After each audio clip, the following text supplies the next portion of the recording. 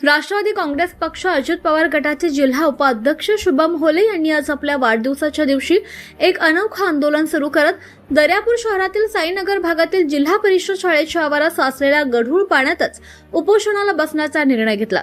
माझी मागणी एवढीच आहे की हे जर शाळा जिल्हा परिषदची आहे तर मग नगरपालिकेनं अंदर नाली बांधायचं कोणत्या अधिकाऱ्यानं सांगितलं की बा नगरपालिकेनं जिल्हा परिषदच्या हद्दीत नाली बांधाव?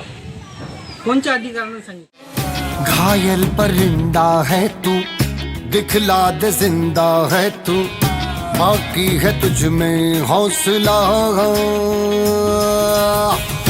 तेरे जुनू के आगे अंबर पनाहे मांगे, कर डाल तू जो फैसला। रूठी तकदीरें तो क्या, टूटी शमशीरें तो क्या।